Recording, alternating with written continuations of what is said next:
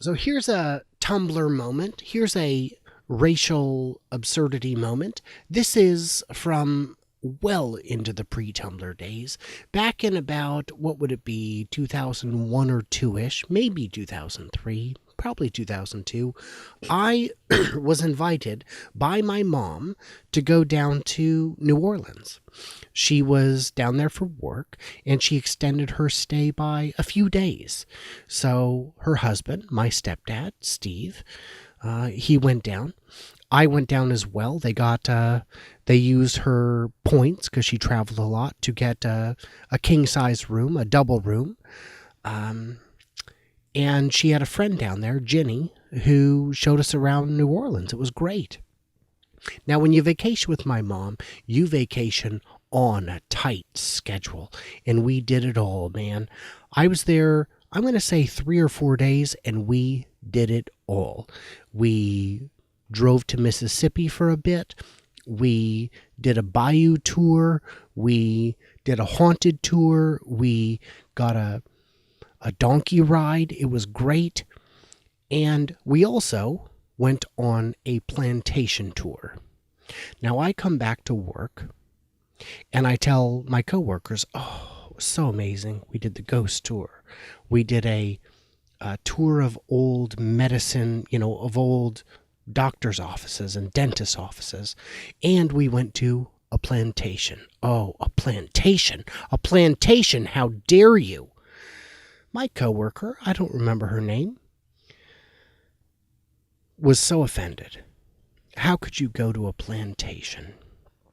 Now, she was pregnant at the time, so perhaps hormones were playing a factor. She was very nice, but she was a proud woman of color, and she couldn't believe that I would have the audacity to visit a plantation.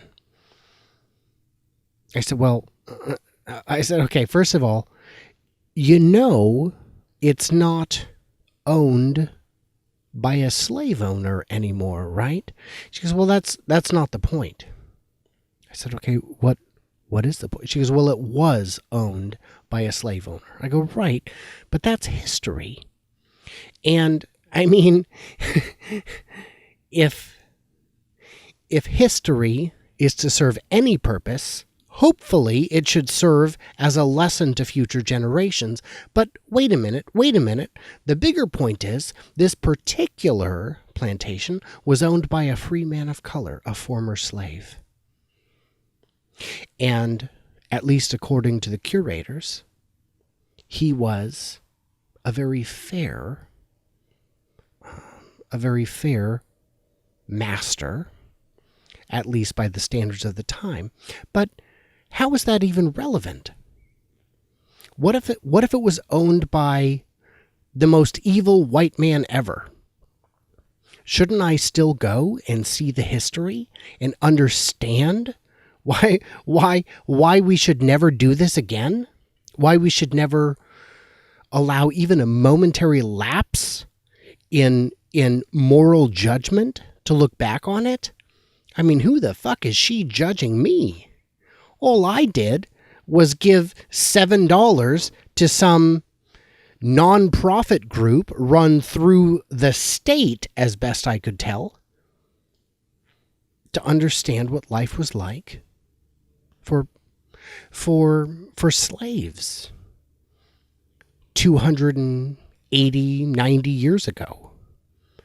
So crazy. She was so offended that I went to a plantation for a tour. Now, while we're on the subject, I should tell you the funniest true story that ever happened. We went to do a carriage ride around the French Quarter.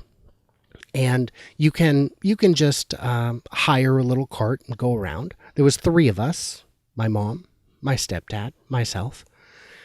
We could have just hired someone, but it would have been, I don't know, maybe $25, $30 each.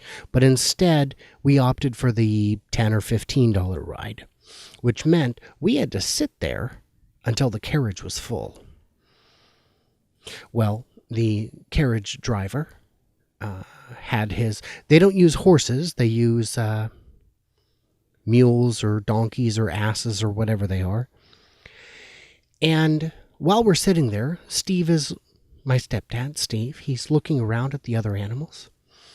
And he notices that they've got this unusual harness on their head with a little notch in it and a leather strap that attaches to the front of their face, so that when it's time to work, they pull up on the strap, latch it in so their head is held in the upright position.